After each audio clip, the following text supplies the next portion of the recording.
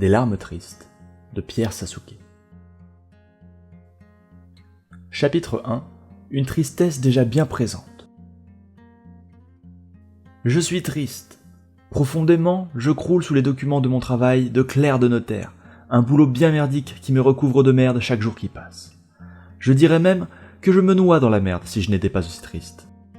Seulement voilà, triste je le suis, plus que personne. Et très certainement plus que vous, qui me lisez, les larmes aux yeux, pensant que vos larmes vous rendent la lecture toute floue. Eh bien moi c'est pire, car mes larmes je me noie dedans. Alors certes, j'aimerais pouvoir y nager, bâtir un genre de bateau pour pouvoir naviguer ou au moins trouver une bouée. Ou alors, j'aimerais que des poissons y vivent, y nagent, s'y développent. Au moins, mes larmes serviraient à quelque chose. On frappe à la porte, plusieurs coups, nets sans être agressifs pour autant. Ce sont des coups qui annoncent une triste nouvelle. Assurément, ces coups-là sont vides d'enthousiasme. Ils résonnent dans ma tête comme quelqu'un qu'on aurait forcé à venir, quelqu'un qui aimerait être n'importe où ailleurs, mais pas derrière ma porte. Je me lève du fauteuil de mon salon, j'enfile mes pantoufles, puis je regarde autour de moi, histoire d'être sûr que rien de compromettant ne traîne, histoire d'être sûr que je n'oublie rien, quoi que ce soit auquel un humain normal penserait. Tout est ok, je peux aller ouvrir. Quoique, je ferais mieux d'enfiler un slip. Je pose le livre que j'étais en train de lire, le seul rayon de soleil dans ma vie taciturne en ce moment. Le secret de ta mère, de Jean-Marc Desposé et Stéphane Le Guenec. Je ne sais pas pourquoi, mais ces deux-là savent trouver les mots pour me décrocher un sourire de temps à autre. Alors, en m'éloignant du livre, je le regarde avec un pincement au cœur. Et, intérieurement, je me rassure en me disant que bientôt, mon regard se perdrait à nouveau dans ces 12 pages de poésie intense. Je fais quelques pas, moins d'une quinzaine car mon appartement n'est pas si grand. Je quitte mon salon, traverse le couloir, puis arrive au niveau de ma porte d'entrée. Il fait sombre, alors j'allume la lumière, puis je regarde dans le jardin. « Qui est-ce » demande-je en voyant une femme mature attendre dans le couloir. « C'est moi » répond-elle. Moi, c'est ma mère. J'hésite à lui ouvrir car il est tard et je travaille demain. Mais après tout, si elle est ici, c'est certainement qu'elle a une bonne raison. Elle n'est pas très téléphone, chose que je respecte, mais j'avoue que je ne serais pas contre un petit message de temps en temps, au moins pour prévenir.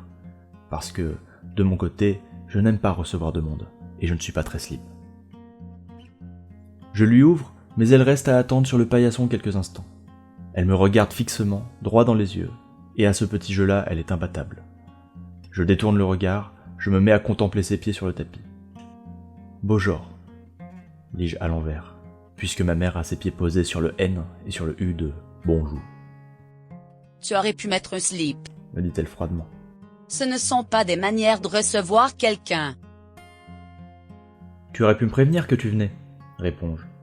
Il est 1h du matin, ce ne sont pas des manières de se pointer chez quelqu'un à cette heure tardive. Elle prend une grande inspiration. Je regarde toujours ses pieds, mais je devine un profond agacement dans son attitude. La lumière s'éteint dans le couloir, et elle se décide enfin à entrer, en me poussant légèrement et en se glissant sur le côté. J'avais quelque chose d'important à te dire. Quelque chose d'important ? De quoi peut-il bien s'agir ? C'est bien la première fois que ma mère me dit une chose du genre. D'habitude, ce ne sont que des banalités, ou alors des sermons en tout genre, mais j'imagine que toutes les mères sont comme ça. Quelque chose d'important ? Répète-je en relevant le regard, trahissant un sentiment de surprise, mêlé à une once d'espoir. Oui. Enchérit-elle immédiatement. Quelque chose que je ne t'ai jamais dit. Je suis perplexe. Quelle peut bien être cette chose dont elle ne m'a jamais parlé ? Quelle peut bien être cette chose dont tu ne m'as jamais parlé ? Tu devrais t'asseoir. Je m'assieds. Ne t'assois pas ici en plein milieu de l'entrée. Soupire-t-elle. Allons discuter dans ton salon. Je me relève et l'emmène dans mon salon. Elle prend place dans mon fauteuil et, avant même que je puisse l'en empêcher, elle s'empare du secret de ta mère. Je ressens de la tristesse, mais j'essaie de la contenir. Après tout, c'est une bonne chose qu'elle s'intéresse à ce livre. Elle pourrait y apprendre tout un tas de choses sur comment être une bonne mère, bien que ce soit trop tard désormais. Je prends place sur une chaise, de l'autre côté de la table basse, puis j'attends. Je vois ma mère hésitante. Est-elle inquiète ? Apeurée ? Ou bien a-t-elle des remontées acides ? Je ne vais pas tarder à le savoir. Désolée, me dit-elle. J'ai des remontées acides, alors je vais tâcher de faire vite. Je ressens de la pression. Mon cœur fait boum boum, boum boum, boum boum. Je t'écoute, dis-je, le souffle court. Alors voilà Tristan, ce que j'ai à te dire ne va pas te plaire. Moi, c'est Pierre. Tristan, c'est ton petit bulldog français. C'est un déchirement intense dans mon cœur de papier. Je me sens perdu, effacé, comme incomplet. Existe-je vraiment? Ai-je vraiment déjà existé? J'en viens à douter, Ce n'est pas ça qui compte. dit-elle d'un ton sévère. Quand est-ce que tu vas enfin apprendre à grandir? Je reste muet. Je ne sais pas quoi dire. Je commence à sentir mes larmes envahir mes yeux. Alors je détourne le regard pour que ma mère ne les voie pas, et je ravale ma salive, je glousse. Elle m'entend, et elle reprend comme si elle n'avait rien entendu. Voilà, Tristan, il faut que tu saches que je ne suis pas ta mère. C'est un nouveau déchirement, ou plutôt, c'est un brisement. Les morceaux de mon cœur en papier viennent de se changer en verre, et tombent lourdement au sol, éparpillant des petits morceaux un peu partout. J'ai la gorge sèche, parce que je n'ai pas bu d'eau et parce que je suis triste. Alors j'essaye de dire quelque chose, mais ma mère ne m'entend pas. Je me lève, je vais à la cuisine pour boire directement au robinet, puis je reviens m'asseoir sur ma chaise, le bas du visage et le haut de mon Marcel tout trempé. Depuis quand le sais-tu ? Lui demande, essayant de rester le plus stoïque possible. Elle me regarde, toujours en train de manipuler mon livre. Étrangement, c'est comme si ce livre était mon cœur, et que je sentais ses mains le malmener directement dans ma poitrine. Depuis environ 2 ans, quand j'ai recueilli Tristan, mon petit bulldog français. Il aime les croquettes.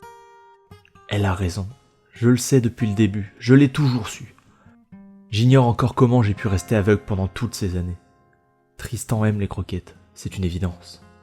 Mais ce n'est pas tout. Reprend-elle. J'entends la peine dans sa voix rauque de fumeuse, une légère intonation qui la trahit, une montée dans les aigus. Ou bien, encore une fois, tout cela est peut-être dû à une remontée acide. Excuse-moi, Dit-elle en étouffant une petite toux. encore une remontée acide. Voir ma mère dans cet état me rend encore plus triste. Enfin, j'oubliais, ce n'est pas ma mère.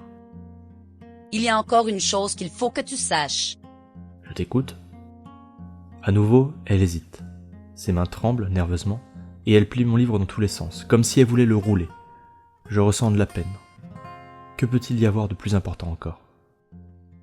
Tu n'es pas mon fils. Le ciel s'effondre sur ma tête.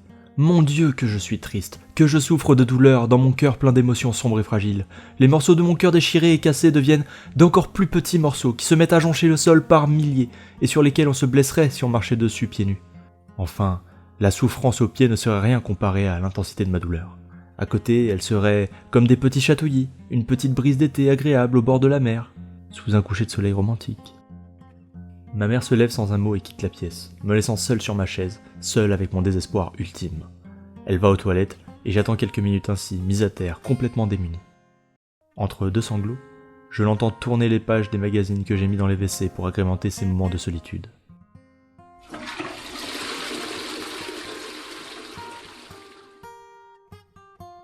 La chasse d'eau retentit, puis je la vois sortir et revenir s'asseoir sur mon fauteuil, puis reprendre le secret de ta mère. Ça me brise le cœur. Elle ne sait même pas laver les mains. Je te laisse. Dit-elle au bout d'une heure à me regarder fixement. Je suis garé en double fil. Elle se lève à nouveau, puis commence à s'éloigner. Je n'ai pas la force de la raccompagner, car je suis extrêmement triste. Triste parce que je suis fatigué, et parce que je n'ai pas eu le temps de continuer à lire le secret de ta mère.